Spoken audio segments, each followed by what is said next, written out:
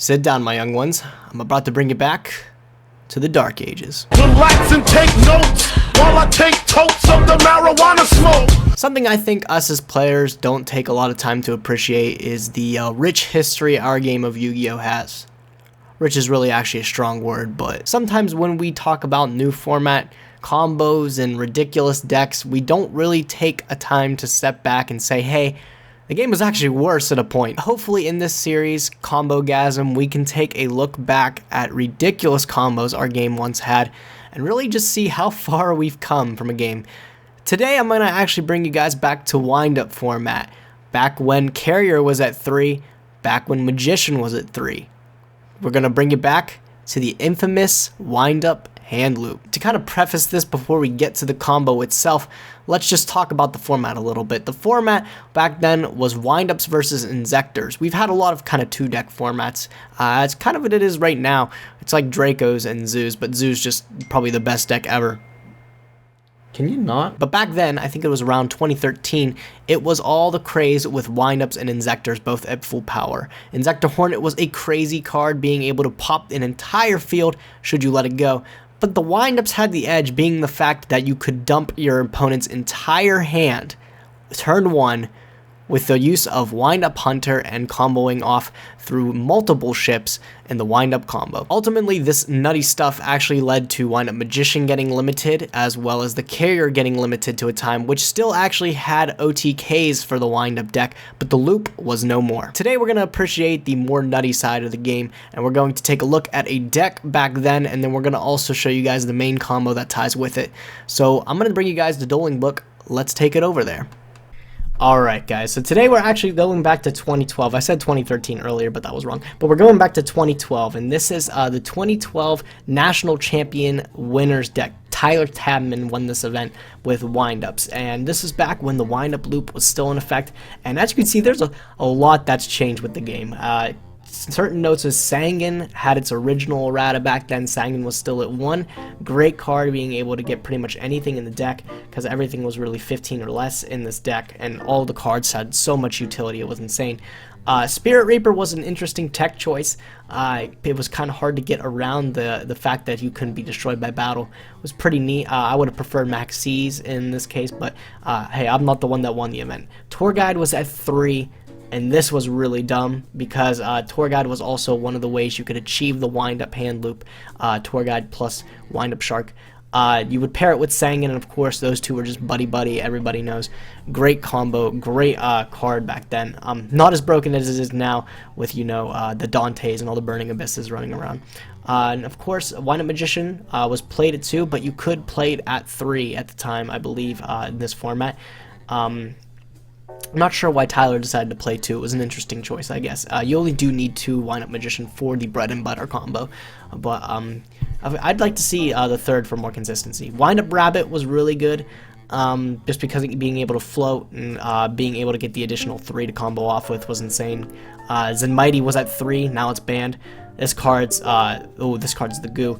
I'm kind of sad that it's gone now, but I definitely see hope for this card coming back. And of course, all these staple trap cards. Bottomless was at 2, Mirror Force was at 1 at the time, Solemn Judgment was at 1, and then Warning and Torrential were at 2. The game was really different back then. Heavy Storm was back too, and Monster Reborn, and Pot of Avarice. These cards were all insane. Pot of Avarice and Monster Reborn were really your extenders for the combo, being able to loop the rest of your cards out of your opponent's hand if you were to have them. Pot of Avarice was the absolute nut, being able to shuffle back your entire hand loop and do it all over again if your opponent somehow nets back advantage.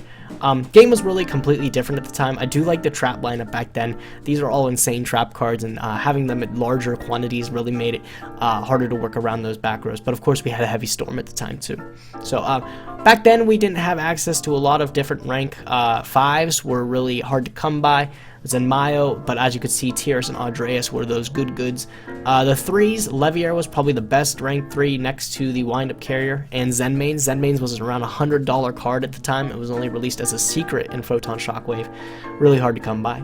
Instant Fusion targets, of course, they've always been around.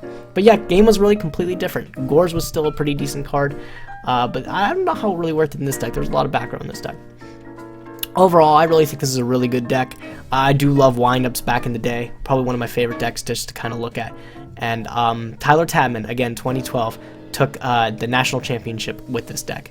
I don't think he performed very well at Worlds, but US really hasn't had a good history performing at Worlds anyways. So that being said, I'm kind of going over the deck. Let me take you guys into a room and I'll show you guys the combo off firsthand. Alright guys, so here's pretty much the basic bread and butter combo, and it really starts off with two of our main stars of the show, Windup Magician, Windup Shark. These were both actually at 3 at the time. Windup Shark's always been at 3. This card's insane. But Windup Magician was also at 3 at the time. So you had pretty much a lot of ways to get to it outside of a card like maybe like Windup Factory, which was able to get you to it over time. Also, the combo was also doable with Tour Guide, because Tour Guide was also at 3. Plus Windup Shark, you were able to achieve the very same windup hand loop. So I'm gonna just show you guys the bread and butter windup hand loop, and kind of take you guys a little bit back in time. So let's get started with it. What you would do is you would normal summon your Windup Magician, and then you would reveal Windup Shark and activate its effect special summon. Now once you reveal your Windup Shark, Windup Magician's effect would actually trigger, and you'd be able to special summon another Windup Magician from your deck. From there, you're going to activate Windup Shark's effect to decrease his level by 1, making him a level 3, which will activate your other Windup Magician's effect and allow you to special summon the man himself, Windup Hunter. Now what you can do is players would tribute off one of their Windup Magicians, and I have a little counter down here to show you how many cards going out of the hand. That would be 1 card out of your opponent's hand.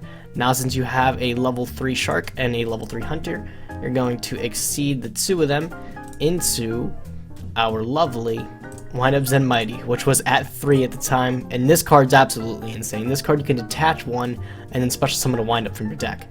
This card's insane because what you would do is you would detach Hunter. It's important you detach Hunter from there to special summon Windup Rat from your deck in attack position. Now Windup Rat's effect is you can activate him by changing him to defense position to then special summon a Windup from your graveyard. So then players would special summon Windup Hunter from the graveyard and activate Hunter's effect, sacking off the Zenmighty to pitch another card from their opponent's hand. So now we're 2 cards out of our opponent's hand. From there you can sort of see the loop start to begin here. You would make another Windup Zenmighty, and you would detach the Hunter, special summon a Rat, and you would rinse, wash, and repeat until I have to set, but you would rinse, wash, and repeat until you pitched all the cards out of your opponent's hand. And then Windup Hunter, pitch out the Zenmighty, and then you guys know what to do. That's another card out of your opponent's hand. And so actually at the end here, it's coming up now, since we're running out of Zenmighties, I'm going to walk you guys through the combo here and then tell you guys what players would do at the end here.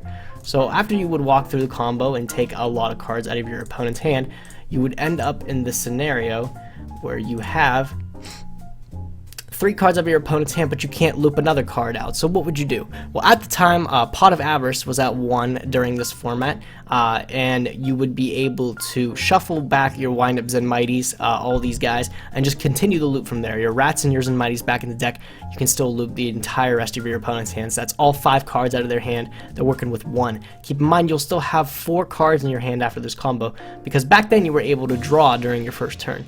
So you had a lot you could do with this. So what players would normally do in this scenario though is if you don't have cards like Monster Reborn, or you don't have a way to continue the loop for 1 extra card, what players would do is they would sack off the Zenmighty here, pitch another card from their opponent's hand, and actually what you would be able to do is players would just end up going into the other card of choice, which was Zenmains. You would actually leave the Zenmighty on the field because it's a lot better than just leaving a dead Windup Magician on the field, and you could sack off Windup Magician instead. So that's the play that a lot of players would do at that time, is keeping the Windup Zenmighty on the field. But that's still 4 cards out of your opponent's hand. Your opponent's working with 2 cards, and that's based off of the 2-card combo. Of course, the extenders, like I said, Pot of Avarice, Monster Reborn, you're not going to come by those every once in a while. But if you can Pot of Avarice, you're not only +1, but you're also just diminishing your entire opponent's hand. So something to really note is just how crazy this combo was back in the day. Just being able to knock out cards from your opponent's hand. There went through a time, as what people always say, people justify cards coming off the list, but there was a time when right after this combo, we went into like Burning Abyss and everything, and everyone's like, oh, this combo can come back, you're getting advantage. If you pitch Burning Abyss out of your opponent's hand, they get it back. But now, like, looking at it, it's just as crazy as it was back then. So that's the wind-up loop for you guys. It's absolutely insane. Probably one of my favorite combos to kind of work through. It's just fun to watch your opponent get angry. But cards, if you to stop it at the time, unless your opponent had an effect failure or a max C, you were pretty much just getting rid of their entire hand. Max C was at 3, effect failure was at 3, so there was a lot of outs, but sometimes you just don't hit them and you get unlucky. So that's one of the combos back from 2012. Probably one of my favorite combos. So hope you guys enjoyed that. Hopefully that can help you guys understand just how ridiculous the game was back then, and not look at the Zodiac combo as something too crazy. Don't get me wrong, 1 card into 4 is pretty good, but a simple combo, Magician Shark, to dump your opponent's entire hand, that sounds just a little bit better to me. That's all, folks. If you guys liked the video, be sure to like the video, thumbs up the video, I'm expressed you enjoyed the video. If you guys like the start of this new series, please be sure to drop a like on the video. I do like doing this. I do like showing off old combos. I think it's a lot of fun to play them through too. So if you guys appreciate the Combogasm video, be sure to drop it a like, and I'm going to start this as a new series because I actually really enjoy it. That being said, pack winner, that's you. Shoot me a private message. If you're not in the US, do not shoot me a private message. I can't ship it overseas. Sorry about that. Stop it. Can we not? If you guys want to support my channel financially, my Patreon link's down in the description below. If you guys want to donate, you can actually be on Dr. Deck. You can reserve yourself a spot for that. I will be starting that up real soon, probably by the end of this week. So if you guys want to donate, one of the reward tiers is a guaranteed spot on Dr. Deck. So you guys can check that out then there. I also reworked all the rewards anyways. That being said, I hope you guys enjoyed the video, and I will catch you guys tomorrow, that means. Thanks for watching, guys. Nim Nim, signing out.